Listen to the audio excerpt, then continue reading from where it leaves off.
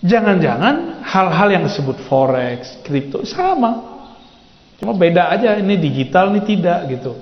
Cuma karena kita berhukum dengan hukum yang dulu diproduksi, lalu dipakai itu untuk nyelesain masalah sekarang yang nggak selesai. Inilah terjadi kenapa ada kiai-kiai debat masalah hukum bank. Kan lucu, Pak. Riba mah haram. Nggak ada dalil yang mengatakan riba halal, ya kan?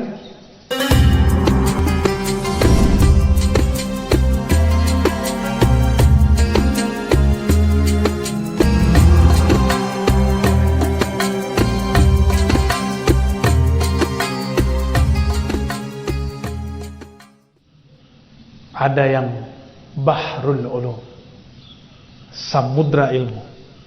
Nah, ini yang mahal ya. Dan ini bukan khusus untuk orang zaman dulu. Setiap masa mesti ada orangnya. Ya. Setiap masa meninggal wali Allah, ada penggantinya, nggak usah khawatir. Dan sekarang kita harus ngambil estafet itu.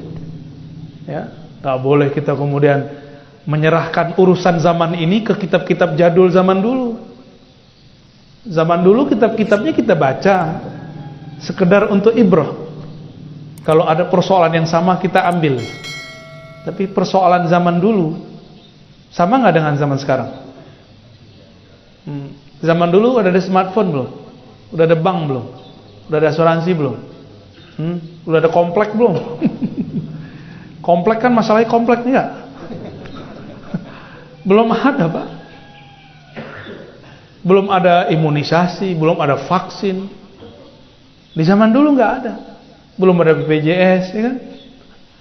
Jadi kalau kita membahas persoalan sekarang pakai kitab sebelum masalah ini ada, masalah nggak selesai, malah jadi masalah baru. Nah, ini PR untuk ulama-ulama nih. Jangan menghukum kripto, forex, saham dengan kitab yang kitab itu ditulis sebelum masalah ini ada. Ya, benar nggak? Many changer. Dulu orang bilang riba, Pak, dulu. $1 jadi 14.000 lah. 1 kok jadi 14? Ini riba nih, kata kawan kita dulu. Lah sekarang dia doyan. Dapat dolar, Pak. Nanti ya, tuker. Jangan-jangan hal-hal yang disebut forex, kripto sama. Cuma beda aja, ini digital, ini tidak gitu.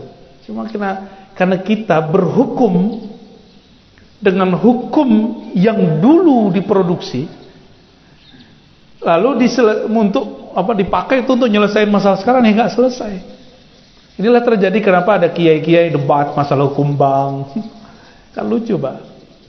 Riba mah haram. Nggak ada dalil yang mengatakan riba halal, ya kan? Betul nggak? Lalu antum pakai penjelasan ulama di zaman bank belum ada untuk menjelaskan hukum bank. Ya nggak selesai masalahnya. Itu kira-kira. Jadi jangan selesaikan masalah kita dengan kitab-kitab lama. Kecuali Quran. Qurannya kan umum. Quran itu babnya bab ijmali. Jarang-jarang sekali Allah berbicara tentang bab hukum muamalat secara tafsili. Jarang.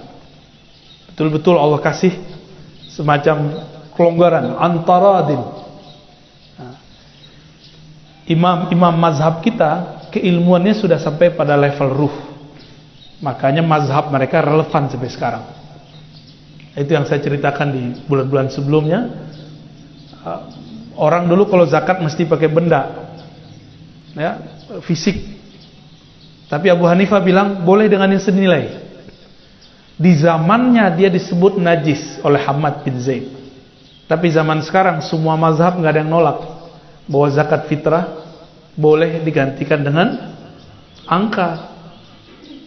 Caranya nggak mesti pakai beras, Pak Kiai, ini saya beli berasnya, ambil. Ya kan gitu kan kalau di kampung? Saya mau zakat, Pak Kiai. Itu kan main-main, nggak praktis. Tapi boleh. Bener nggak? Begitu nggak caranya? Kayaknya di masjid ini mesti begitu nih.